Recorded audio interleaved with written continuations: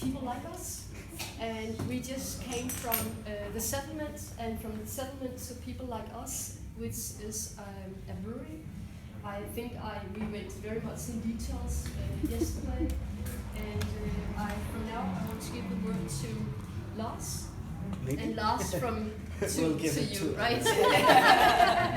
So I think we're going to have a splendid time here, and I thank you so much for having us. I am very happy for you wanted to meet the guys from Georgia. Sure. From different good answer.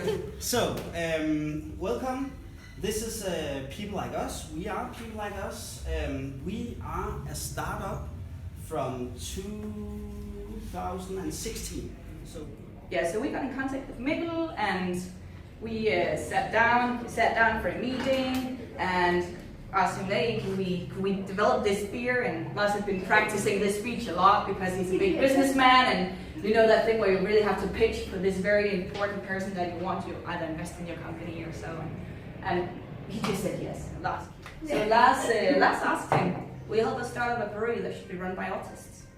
We had none of us knew anything about beer whatsoever.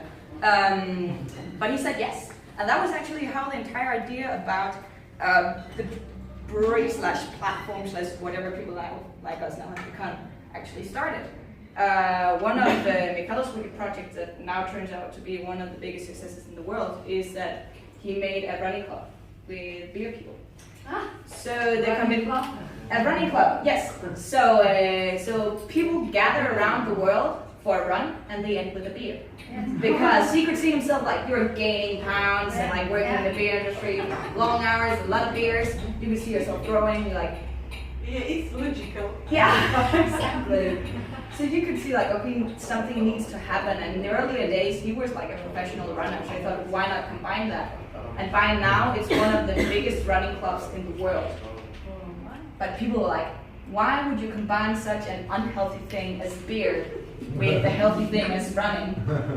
But the core answer to that is community. Because if you get out, if like drinking a beer means that you get out the house and you get running and you meet up with people instead of sitting at home drinking a beer, then it's all worth it. What we really learned is that networking, of course, is an essential thing, but not as only seeing it as a professional purpose, but having a genuine interest in other human beings. Because people like us would not exist without people, and we would not exist without meeting other people.